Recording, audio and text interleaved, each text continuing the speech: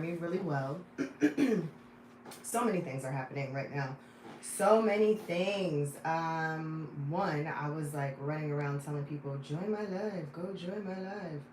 Um, so that's part of why I'm tardy. Well, that is the reason why I was tardy because I was actually sitting here on time prior to 7:30. However, prior to that, I began cooking, and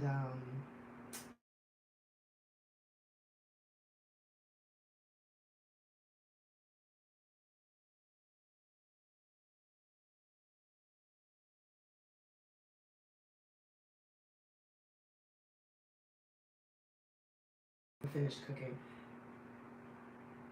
I'm gonna call you back because I'm on live. All right. Um. So because the phone was just gonna keep ringing and doing all the things, so I apologize. You know, it's so funny. I was just saying today, like, answer their phone on lives. Like that's so ghetto. Call me ghetto. Okay. There's no way into the ghetto. Anyway, I was saying that I was cooking and I decided to make risotto. And I love risotto. I order risotto at any restaurant that has risotto. I'm like, what kind of risotto is it? I want that. And I really enjoy it. I've never made it though. I didn't know that it warranted so much babysitting.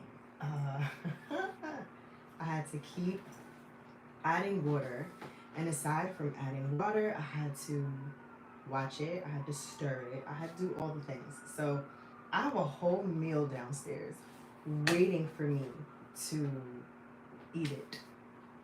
I mean, salmon, risotto. I still don't have a vegetable yet, so I need to go figure out the vegetable.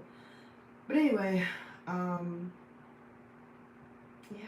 So I'm trying to figure out. Yesterday, I felt like when I went to okay. When I went to like upload the video, it was like unlisted. I was like, unlisted? What do you mean? This shouldn't be private. This is a very public live. Which would make sense on why I don't know. I see. This is why I was nervous about YouTube because YouTube is just doing whatever it want to do. Okay. Anyway, so earlier we did a live, and earlier in the live, we discussed the difference between a hobby singer and a professional singer. So this is really, really important. And one of the things that we did earlier, oh, I'm supposed to introduce myself, right? Okay, first of all, hey guys, what's up? My name is Tanikka Charraé. I am a singer, songwriter from Philadelphia, or as I affectionately call the Philadelphia. I have been a professional background singer for about 15, oh, not professional background singer, I've been a professional singer for about 15 years. And I've been a professional background singer for, I don't know, 14, 15? I'm not fully sure. Either way, I've been singing background for some of your favorite artists in whom I love dearly. And I have a vocal agency called The Background View. And The Background View is an agency that bridges the gap or acts as a liaison between artists and elite vocalists, supporting vocalists. So that's one of the things, one of the functions of The Background View. The other function of The Background View is to educate vocalists, such as yourself, to really be on their A game about business, okay? Because what I have learned and what I've seen and what I've experienced is that a lot of singers and musicians are a little bit financially illiterate. In addition to, once they're not touring or when they're not working, there's not a lot of wiggle room or funds. So I want people to know that they can chase their creative dreams, they can be creative people, they can do all of these things and still live a successful full life while still having all the benefits that people who work 9 to 5s have.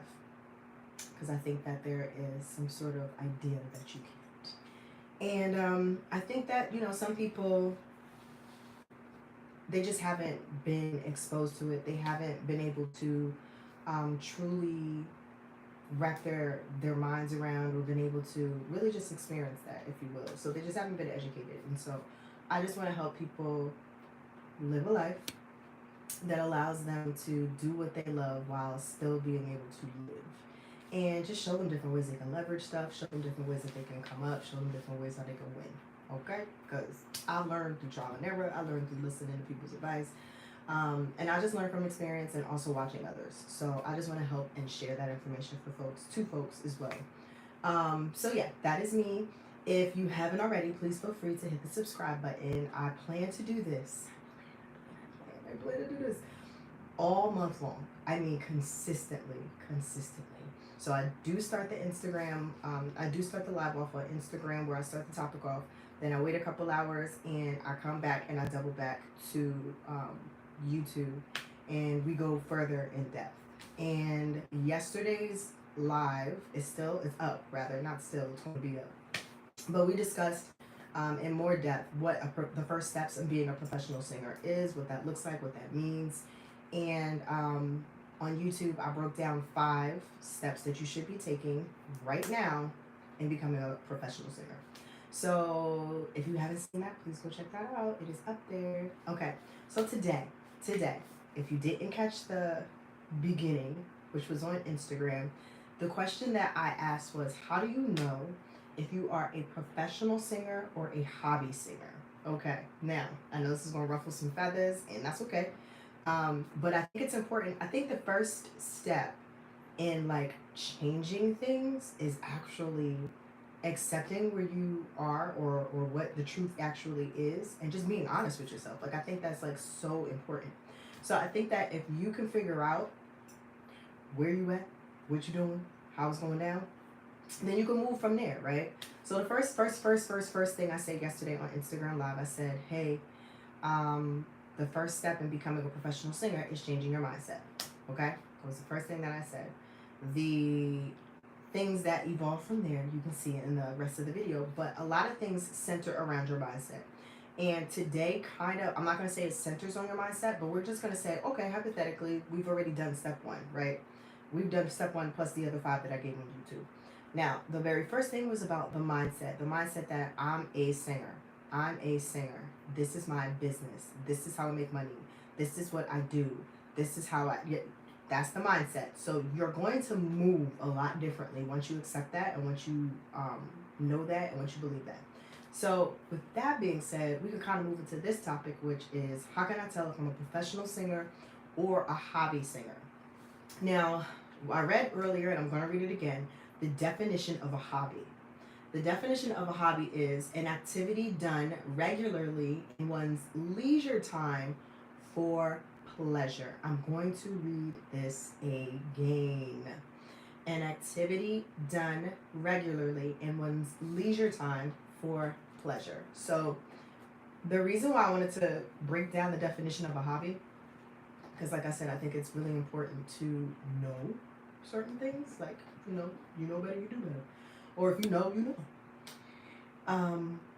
When you think about that definition of what an actual hobby is, something you're doing for pleasure, something you're doing leisurely, something you're doing regularly, there's a lot of singers out here who believe that they're professional singers and they're hobby singers. I'll say that again. There's a lot of singers out here who believe that they are professional singers and they are hobby singers. Now, this isn't a dig at anybody. So I want to clarify also another thing that I didn't clarify on live because I wanted to wait, or live on Instagram because I wanted to wait until now. But one of the things, I keep moving off the mic because I hate like that, like swallows down on the mic. And I'm like, I'm not trying to set y'all up with that. But one of the things that I really want to establish is what are some of the professional singers? Because I think that a lot of people think that if you're not singing background, if you're not signed to a label, if you're not singing, I guess like, even if you're not signed to a label, you're singing indie and you're, on tour with yourself, a lot of people think that you're not a professional singer, and that's not true. So I want to help break that stigma down too, because there are other singers that are singing professionally on a high level and getting paid, okay? and acting as a professional singer. So who are those people? Who do I mean? I'm talking about your wedding band singers, real professional singers. Why? They first of all, they got gigs. They live on tour. Okay. Second of all, um, they're in a business and they work. That's not kind of like not it's not kind of self-explanatory, but what I mean is they're like within an establishment. They are in a business and they're being paid for their service. They are called to perform, and that's a professional. I mean, within the context of what I'm talking about, a professional singer. Only because I'm going to break it down a little bit further, because there are some people who might be still doing that and still hobby singers. If you guys are getting my drift. We're talking about your cruise ship singers, right? People that get paid to stay on a cruise and they're your entertainment. Like, yeah, that's the thing. That's real. Those are people who have figured out ways to do what they love, that doesn't necessarily go with the traditional breakdown. I hope this fan isn't interfering in this conversation. But either way, it's hot as jacks. I need the fan on. I'm also discussing your church singers. There's some singers that are getting paid regularly to be at church, to lead worship, and they're being paid for their services. And if they have the mentality of a professional singer, that is a professional job. That is, yet again, another gig. We're also talking about, oh man, I had another example. That's what it was. Your residency singers. So those who are hired by hotels, those who are hired by entertainment, those who are hired by different companies, event companies, and corporate companies, and they're singing. Professional singer. Another, Broadway, right? A lot of people, they kind of snub Broadway, if you will. Broadway does come oftentimes with acting, but I'm thinking even about the chorus, people who are in the choral group and they're singing and they've got, contracts. They are professional singers. So your professional singer group doesn't necessarily just look like your superstars, your background singers, your signed singers or independent singers. Okay, there are other singers that are doing music and singing and doing it well and being paid and handling their business. Okay, there's more. I just didn't, those are some major ones that really stick out. So I just want people to one, respect the singer game. Okay, respect all of those people who are in singing and who are doing singing. Like, there are people out here who are not even doing any of those things. And they're like, I mean, if it ain't Rihanna calling me, I don't know why I keep getting Rihanna and Beyonce on my play. But if it ain't SZA calling me to do background or to do whatever, then I ain't doing it. It's like, all right, well then you're going to keep working that 9 to 5 and you're going to keep being miserable, right? So if that's an opportunity and a door that's open, like, you need to really explore that and take that for granted. Which kind of leads me to my other point, the hobby singer versus the professional singer. So, hobby singer, one more time for the hobby, okay? An activity done regularly in one's leisure time for pleasure. So, sign number one. Ooh, oh man. Sign number one that you may be a hobby singer is you don't seek out any gigs if you haven't had one in a while. I will repeat. You don't seek out any gigs if you haven't had one in a while. What does that mean? That means, okay, you opened for Drake, okay? And here's even better. You won a contest to open for Drake. And you get there, you do your songs, you have your DJ, you kill it, right? And then from there, you just kind of like, all right. Yo, Drake, what's up? Remember that one time I opened it up for, no, don't remember me? When you don't seek out the gigs and you think you've arrived and you made it, You might be a hobby singer. You might be a hobby singer. Okay. Now, here's the thing. What I mean by that is, okay, you get this opportunity and you think it's just gonna change your life. Like your whole life is changed now in your mind. You're like, bro, I just opened for Drake. It's a wrap. I'm not taking anything else. I'm not looking for nothing else. Like, I'm about to go on tour with Drake. We about to. And you just saw Drake at 7-Eleven and he literally just looked past you. Come on, guys. You're not even actively. So here's what I mean. Let me complete some sentences here, right? Anyway, what I mean by this is you get the opportunity with Drake, right? It's dope, but it doesn't go the way you think. It falls flat. Drake's not pounding your door down. Nobody still knows who you are. And you're still just sitting on your hands. What you could be doing, and this is what I mean by actively seeking out gigs, you could be calling up different venues, using that as leverage. You could be like, yo, I just opened up for Drake in front of 45,000 people. You know, the reception was crazy. People were singing my songs. I got this amount of downloads from that. I got this amount of followers from that. I got this amount of opportunities from that.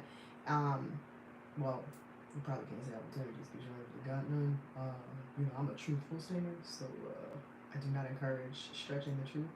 But anyway, you can really give real stats, the other stats, and talk about, I got this many amount of email people joining my email list. I got this amount of people doing such and such and such and such. Say hypothetically, because they're kind of popping up everywhere. You call the city winery and you say this to them, like, hey guys, I just opened up for Drake. The show went amazing. This is my style. I would love to come in and do an acoustic set. I had this amount of people, that were engaged, and this amount of people who began to follow me. And I would, I don't have to open up the show for myself, but I see that you have this show coming up. Maybe let me open for them, blah, blah, blah, blah, blah. Easy peasy, right? And from there, you're going to get a bunch of no's, okay? And then you could get some yeses, or you can get a few people saying yes. And what this looks like is you actually actively pursuing your career.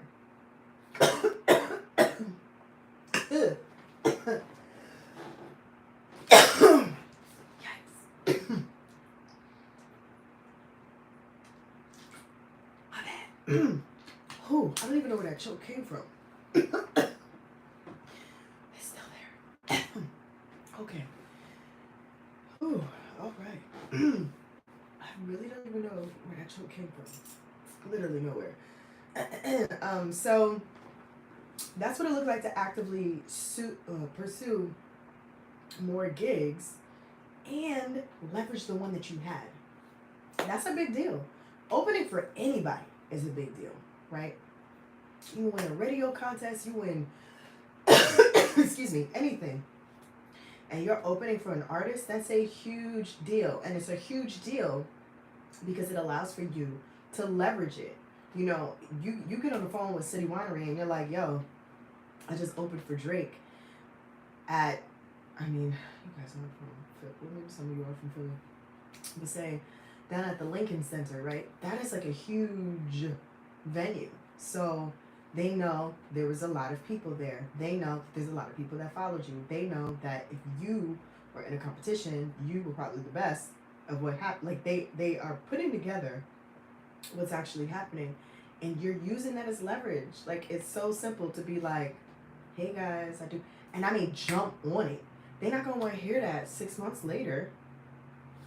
6 months ago, I opened for Drake.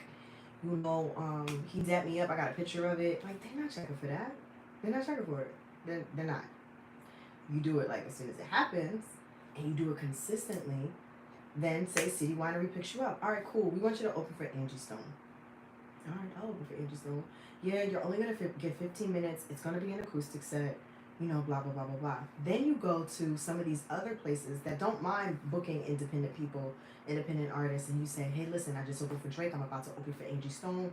It'd be really, really cool if maybe we could split the door, or, I can have a show on this date, blah, blah, blah, blah, blah, blah, blah, blah. You are actively pursuing the gigs. Now, some of them might pay you. Some of them might not. But what you're getting in a habit of is the grind. And what you're getting in the habit of is not waiting for somebody to just discover you. Oh, you're God's greatest gift to the earth. Because if you just sit around doing that, you might be a hobby singer. They got the drink out. Okay? So that's number one. If you are sitting around, you have not had any gigs in a while, and you're just waiting for someone to say, "Oh my gosh, you up for Drake?" Because let's be real. Unless you have a huge following, or unless like you, I don't know, did something so monumental that it like went viral and people are like, "Oh my God, the people that came to see Drake aren't always checking for you. They might be because you might be similar. You might sound like him, you know. So they might be like, "Oh, dang, he kind of lit. That's kind of dope. That's what's up. I like it. Okay, I'm into it. Ooh, let me go check out who they." So yeah, it is helpful. However, there also a lot of times when you're opening, there's not many people there either. But it does sound really good to say, and it does sound really good to venues where your current people are like, okay, so you did just open for Drake. That's kind of cool. All right. And like I said, if you got those stats that you can prove, like, yo, I opened for Drake. My opening numbers were this. Excuse me. I just gained, you know, an extra 1,000 followers just from opening for Drake. You know, I got like 20 extra downloads.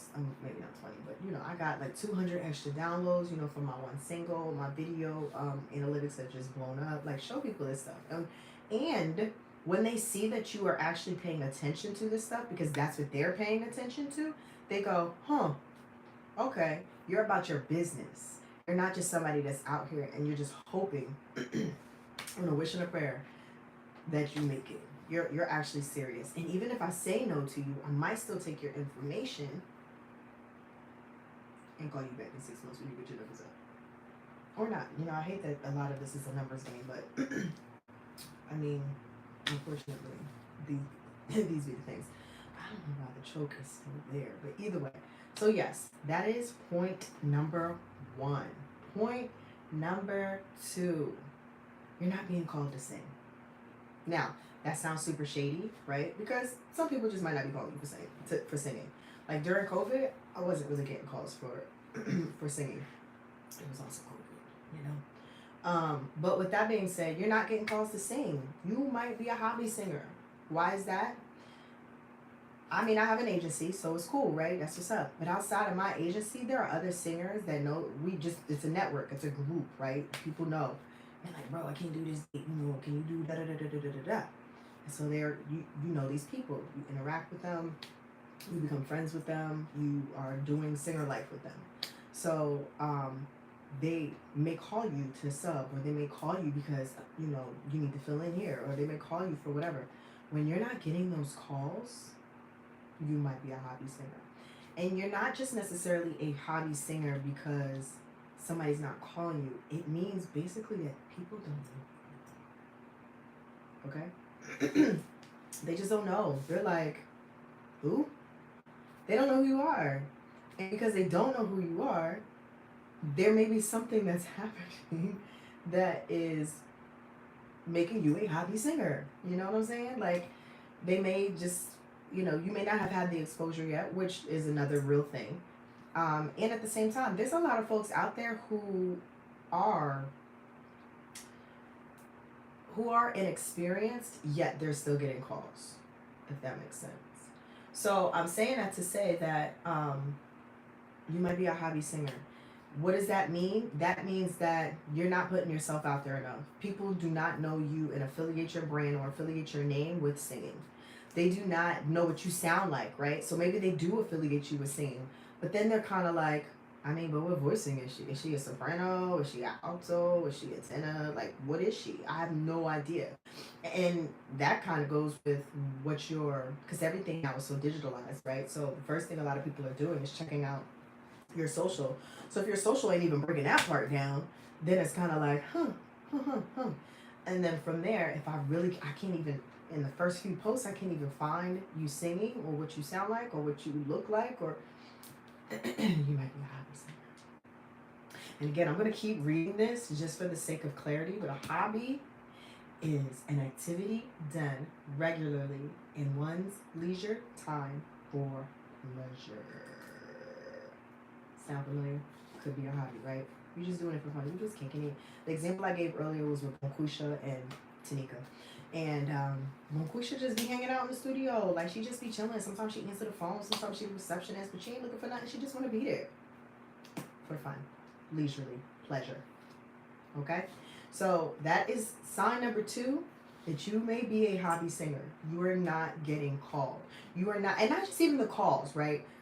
Because the calls are like, that sometimes is for specific folk, like in an upper echelon group. Like, I hate to say it, but it's just real. And I told y'all, I'm gonna be real with y'all. I'm gonna be transparent with y'all. With musicians and with singers, it's just a very clean kind of group, right? And if you're not in enough with them, with people, or you just don't have an opportunity to get your foot in the door like that, like, you can get snubbed. It's just real. Yet at the same time, though, if you due to the whole social media life, you can kind of break down some of those walls, but you got to put yourself out there. Okay? One of the things we talked about yesterday, I brought up 3 homies that are out here who are really, really good with putting themselves out there and who are really, really good with their socials. It's important that your social is popping. It's important. And not even popping like, oh my gosh, you lit. Like, I mean, popping by like current, you know what this person does. You've heard this person, you get it, right? So if people aren't calling you, the other thing I was going to say was not even necessarily just calling you, but presenting opportunities to you. So, like, if they're not like, oh, yo, I heard this audition was happening, blah, blah, blah, blah, blah, yo, you might want to check it out. They're not tagging you in different, they don't know what you do, how you sound, how good you are, how bad you are. They don't know any of those things. So you might be a hobby singer. You might not be a professional singer. Okay, cool. And that brings me to point number 3. There were only 3 points today. Point number 3. Okay, now, before I give this point, I mean this in the nicest way, okay? I really, truly do. Because I'm really here to help and benefit. So I'm not trying to be cold. I'm not trying to be nasty. I'm also not trying to be snobby. I'm not trying to be any of these things, okay? I'm just trying to be honest. And I'm trying to have people really assess, like, yo, am I a hobby singer or am I a professional singer? Now, I gave y'all the 5 steps in starting and what that looked like yesterday, right? And even if you're not taking all of those steps, you've got a lot of them under your belt. But this one right here, okay? Number 3, you do not have a rate. I will repeat that. You do not have a rate. What do I mean by that? And here's the thing. You don't have to be like, oh, I've done 20 million gigs with 922, 75,000 million celebrities. Like, I'm not even talking about that. Like, you could have 1 artist that you've worked with. You could have 3 artists that you've worked with. At that point, though, you have an idea of your work. You have an idea of what you are willing to be paid and what you're willing not to be paid, okay? You have a rate. Rates vary. Not all rates are created equal. But one way you might be a hobby singer, because what we established earlier on Instagram, I feel like I was about to choke again. Oh my gosh. But one thing we figured out earlier on Instagram was that a hobby singer can still get paid, right? And a professional singer can still have a whole nother job. So it's not about like, okay, I know I'm not a hobby singer because I'm getting paid. No, sir. No, ma'am. No. When you don't have a rate or know what your rate you want to be or what your rate is or what your rate isn't, you kind of missing it. You might be a hobby singer. Because what the example was that I gave earlier with Bonquisha was that she hangs out in the studio, right? She's chilling in the studio. She's having a good time. Whoop, whoop, whoop, studio. And Hot Fire asked her to jump on a track. And so she's just like, of course I'll jump on the track. I'll do it. Blah, blah, blah. And she gets on the track and, she kills it. She puts a little bit of work in, like writes some songs, writes the hook, does all the things.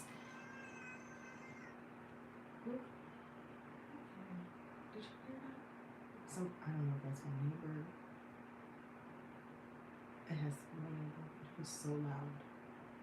It was a baby crying. Anyway, Bonquisha, right? So, Hot Fire hires her, you know, inadvertently, mind you. It was just like a humbug type of thing. But he set the rate. He said, hey, it's 200. I think I said 200, 250, something like that. Here, thank you so much for looking out, you know, blah, blah, blah, blah, blah. When you don't have a rate, Hot Fire can do that. When you're like, when these conversations haven't been had, then there's a lot of hobby lurking and looming in the midst. There's a lot of like, oh, we can kind of handle you, right? I could tell you what I'm gonna pay you.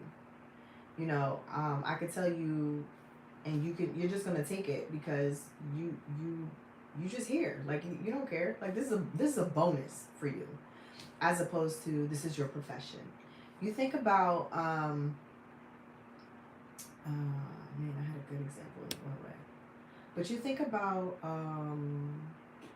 a hairdresser, okay, and she's like, I mean, you know, I just like doing hair. You know, it's like, it's my thing. You know what I'm saying? I like to braid, you know, whatever. Da, da, da, da, da, da. And so you like, all right, cool. So you think you do my braids for like 70? You think you could do, look, you showing pictures. Look, these was like my little knotless medium size, right? You think you could do this for like 50? I mean, yeah, I could do it for like 50. That hairdresser does hair for fun. That hairdresser does hair as a hobby. That hairdresser does hair for the sake of just, for fun, for leisure. And if you pay her, kick her a couple dollars, boom, okay, I'll take it, that's what's up, thank you. But let you try it with Samantha down the block, who has a whole following, has her booked all the way up for 4 months. Let you say, hey Samantha, I was just thinking, girl, if you could do some medium knotless braids in my hair and I'll pay you like $50. Samantha's gonna laugh in your face. Samantha's gonna say, I'm sorry, what? And I'm not saying that is the posture that you should have, where you ready to laugh in people's faces and be like, hey, I'm not saying that. You can humbly bow out, professionally, all the things. But know your rate. Have a rate, know your rate. Have a rate, know your rate. Again, Samantha is not, you're not finna set the price on what you doing for Samantha hair. I mean, for your hair, for Samantha to pay. You know what? I think I want some micros all the way down to my waist, and I think I want them to be knotless, and I think I want them to be really, really tiny. Samantha, you think you good with $50, right? Samantha will tell you really quickly, no. Girl, you crazy? Those is crackhead prices. I have a whole business that I'm running over here. So that's a sign that you might be a hobby singer. You just take the rate. You don't have one set in place. Like I said, all rates are not created equal. There's some folks that I'll do some stuff or for GP, just off of the strength, right? But that conversation is had so that they know that's not normal. And also that relationship is built, you know what I'm saying? Or I might take a lesser rate. Or, you know, if I'm doing, I don't know. I haven't really done a funeral like in years typically. I don't really do funerals, but you know, say you call me to come in and sing something to the children in the school or whatever, right? I will have a different rate for that versus a different show rate versus a different tour rate. But I got a rate, okay? So when you don't have a rate, it's like you haven't even thought about it. It's like it hasn't even crossed your mind, which would make it a hobby, okay? So 3 things that we discovered is that there are, one thing we discovered is that there is a huge difference between a hobby singer and a professional singer. Hobby, let's go back and read our wonderful definition, is an activity done regularly in one's leisure time for pleasure. Yeah, that's a hobby. So again, somebody might like Bonquisha earlier today. She laid the tracks down, wrote the song, did all the things, and Hot Fire paid her 200, 250, whatever he paid her. Right? I can't remember what I said he paid her, but nonetheless, she got paid for doing what she did. She is still a hobby singer. Tanikka, on the other hand, was like, all right, so what you want me to do? You want me to, you want me to sing? I'm going to give you some stacks on stacks on stacks of harmonies. You want me to write it? You want me to also do some ad-libs? Oh, yeah, so let's discuss this. Okay, so I was thinking, you know what I'm saying? Complete difference. Okay, conversations I've had. And it doesn't have to be a vibe killer. Like, it doesn't have to be like the thing that completely changes the game. But I think that people are scared to have these real conversations and then they get stuck. They get stuck, get out of publishing. They get cheated out of publishing. They get cheated out of royalties. They get cheated out of acknowledgement and credits. And it's just important to not get cheated out of those things, because you have to be like, all right, well, I'm a business, right? So that was the first thing we discussed on Instagram. Then we brought it on over here, and the first thing we said was, you don't seek out gigs after you haven't had one in a while. You might be a hobby singer. That's number one. Number two is, you're not being called. You're not being called. People aren't telling you about different auditions. Nobody knows you're a singer. They're like, oh, you sing? Oh, yeah, that's right, you sing. Oh, I thought you just did that one time at your aunt's funeral. I mean, you was really good, but, you know, I didn't know that that's what you was really pursuing. You know, like, they don't know. And part of that is, you're not putting yourself out there. You're not posting. You're not letting people know what you do. You might be a hobby singer. And then the third one is, you don't have a rate. I'm not trying to make everything about money, because as you'll see later on in these topics, I don't work for money, if you will. And I'm not led by the money, if you will. Like, well, I do work for money, let me just say that. But in terms of like, that's the driving point. Like, I'm not chasing a bag. Like, that's not how you're gonna catch me out here in the streets. It's just not. It's not healthy, it's not smart, and money phased. So, yeah, okay. But we'll discuss that further. I don't want to even open that can of worms. Not even can of worms, but I don't even want to open that right now. But anyway, those are the three things that tell you if you are a professional singer. I mean, obviously there's other things, right? But those are three major things that will tell you whether or not you are a professional singer, on the path to professional singerdom, in the vein of professional singerdom, or if you are a hobby singer. So I hope that this helped. I hope that you got something from this. I hope this was enlightening. If it was, again, please subscribe. Feel free to subscribe. Feel free to comment. And most importantly, feel free to share with your singer friends, okay? Because I really, really, really, really, really want people to. All right? So take a gander at your like vocal career. See where it's going. See what it's doing. See if it's giving singer or hobby singer, professional singer or hobby singer. Like, really assess your life. Like, figure it out. And again, goes back to truth. Goes back to the mind, my mentality. Hey, am I treating this like a business, or am I just taking these gigs as they come? Am I just taking this payment as it comes? Am I just doing whatever as it comes? Let me tell you who's not going to just sit back as it comes. My mortgage company, they say, hey, your bill is due first, not as it comes. You know who else? My cell phone. AT&T said, ma'am, the rest of the world doesn't work on as it comes, so why should you? Why do you? All right, that's it. I'm really excited to go eat my food now. So, like I said, please feel free to share. Please feel free to subscribe. And I will see you guys tomorrow.